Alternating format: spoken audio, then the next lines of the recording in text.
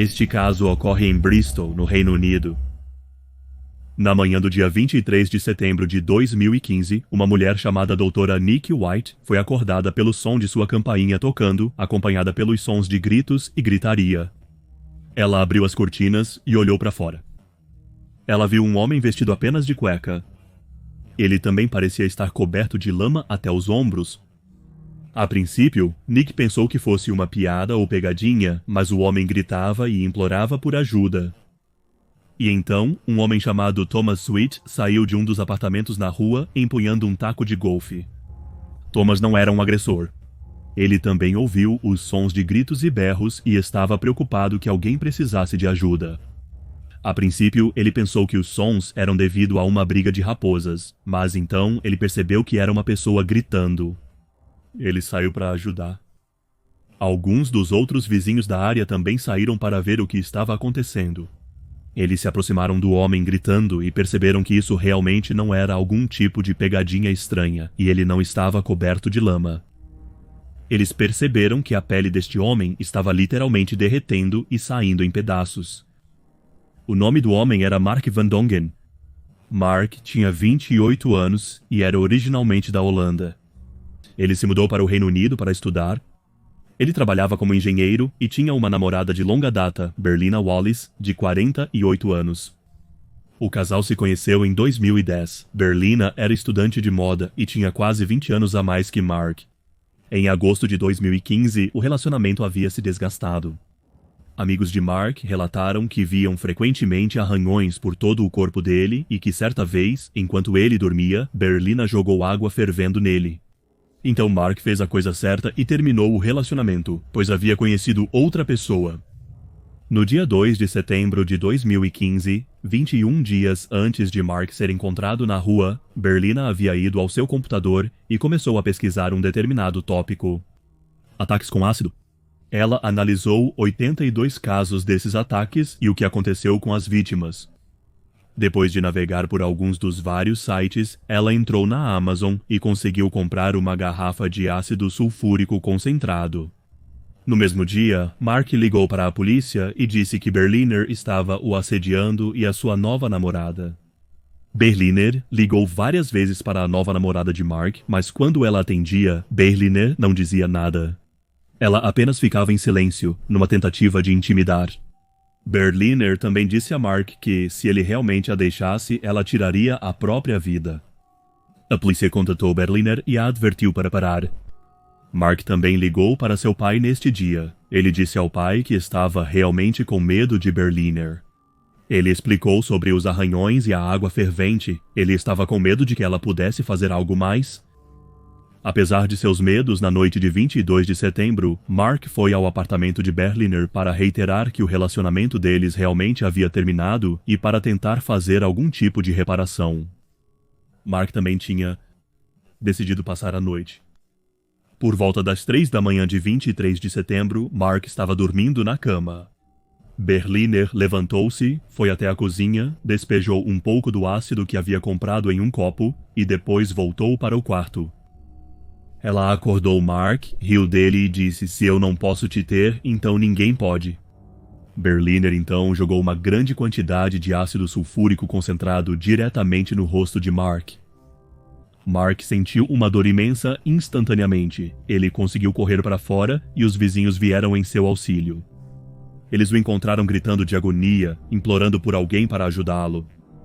Os vizinhos chamaram os serviços de emergência e eles disseram ao operador que sua ex-namorada havia jogado ácido em seu rosto. Eles então ajudaram Mark, guiando-o para um apartamento para que ele pudesse tomar um banho frio para aliviar a dor até a chegada dos paramédicos. Os paramédicos chegaram ao local e encontraram Mark em um estado horrendo. Ele estava espumando pela boca e tinha queimaduras químicas extremamente graves no rosto, peito, ombros, braços e pernas. Eles prontamente deram analgésicos e o levaram rapidamente ao hospital. No caminho para lá, Mark repetia várias vezes que não enxergava nada. O paramédico olhou em seus olhos apenas para ver que uma de suas íris havia se dissolvido. Mark revelou aos paramédicos o responsável por causar seus ferimentos. Ele suplicou a polícia para verificar sua nova namorada, temendo que ela tivesse sofrido o mesmo destino. A polícia foi até o apartamento de Berliner e lá dentro eles a encontraram apenas sentada no sofá. Ela foi prontamente presa. A polícia verificou a nova namorada de Mark e ela estava bem. Quando Mark chegou ao hospital, ele conseguiu dar uma olhada em si mesmo e viu a extensão de suas lesões. Mark gritou e afirmou que não queria mais viver. Mark teve que ser colocado em coma por 4 meses devido à extensão de suas lesões. Ele só conseguia respirar com a ajuda de um ventilador. O ácido também causou um grande dano à sua perna esquerda inferior, tanto que precisou ser amputada. O ácido sulfúrico continuou a queimar, não apenas através da pele e do músculo, mas também até o osso. O ácido destruiu a membrana que os envolvia e alguns ossos de Mark estavam cheios de cavidades. Isso causou-lhe uma quantidade insuportável de dor. O nariz e uma orelha de Mark haviam sido completamente destruídos. A polícia buscou a família de Mark para contatá-los e informá-los sobre o ocorrido. Sua família morava na Holanda, então levou cerca de 10 dias, mas eles conseguiram encontrá-los. Ao saber da notícia, a família correu para ficar ao seu lado. Ao chegar, a equipe do hospital informou ao pai de Mark onde encontrá-lo. Talvez ele não soubesse a extensão total dos ferimentos de Mark, pois ao chegar na enfermaria, procurou pelo filho, mas não o encontrou em lugar algum. Ele voltou para a recepção e disse a eles que haviam cometido um erro, mas eles não haviam. As lesões de Mark o tornaram completamente irreconhecível, até mesmo para o próprio pai. Mark eventualmente saiu do coma e quando o fez, ele só tinha movimento em sua boca e língua. Ele se comunicava pondo a língua para fora quando o pai apontava uma letra no quadro do alfabeto. Após um período de recuperação, ele voltou a falar, mas ficou paralisado do pescoço para baixo. Mark ficou profundamente deprimido. A dor, o trauma e a incapacidade de se mover tiveram um grande impacto em sua saúde mental. As lesões de Mark eram tão graves que a polícia decidiu que as fotos nunca deveriam ser divulgadas. A partir de agora, Mark precisaria de um cuidado constante e dedicado por toda a vida. Em 22 de novembro de 2016, uma casa de cuidados foi encontrada para Mark em Gloucester. Após apenas uma noite na casa de cuidados em Gloucester, Mark ligou para seu pai implorando que o buscasse. O pai de Mark dirigiu 800 milhas até seu filho na casa de cuidados. Assim que entrou, ele encontrou Mark em seu quarto, coberto com suas próprias fezes. O pai de Mark prometeu a ele que o tiraria de lá o mais rápido possível. A família e amigos de Mark contrataram uma ambulância particular para trazê-lo de volta ao seu país. Encontraram para ele uma casa de cuidados com melhor atendimento. Para piorar a situação, Mark desenvolveu uma infecção pulmonar. Um tubo precisou ser inserido em sua garganta para remover o líquido. A operação significaria que Mark não seria mais capaz de falar. Falar com sua família era a única coisa que mantinha Mark em movimento. Agora incapaz de falar, Mark decidiu que queria solicitar a eutanásia. A eutanásia é legal na Bélgica e o pedido de Mark foi concedido.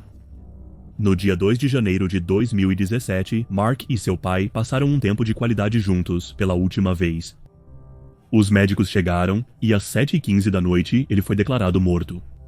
Mark faleceu com apenas 29 anos de idade e o julgamento começaria em 2018.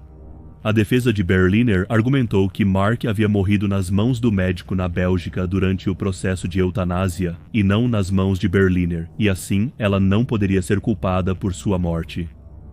Berliner também acusou Mark de ser controlador e violento e afirmou que acreditava que estava jogando um copo de água nele, não ácido. Ela também mencionou que Mark deixou o ácido perto da cama dela, na esperança de que ela o ingerisse durante a noite. Berliner inventou inúmeras mentiras e desculpas para o que fez com Mark. Contudo, o histórico de pesquisas de Berliner revelou uma premeditação obsessiva. Ela havia olhado muitas histórias de ataques com ácido, ela sabia exatamente o que estava fazendo, e ela queria destruir a vida de Mark da maneira mais cruel possível. Ela também havia testado o ácido antes em uma mesa. Ela sabia muito bem quão corrosivo era o ácido. O juiz responsável pelo caso chamou o ataque de premeditado, sádico, malicioso e insensível. Ela afirmou que Berliner era manipulador, controlador e perigoso. O juiz disse a Berliner, sua intenção era queimar, desfigurar e incapacitar Mark para que ele não fosse mais atraente para nenhuma outra mulher. Foi um ato de pura maldade. Quando o juiz leu a extensão das lesões de Mark e como ele sofreu após o ataque física e mentalmente, Berliner não mostrou absolutamente nenhum sinal de remorso. Em vez disso, ela apenas continuou a mentir sobre Mark e sobre o que aconteceu. No final, ela foi absolvida de assassinato e homicídio culposo, mas condenada por jogar substância corrosiva com intenção. Berliner foi condenado a no mínimo 12 anos de prisão.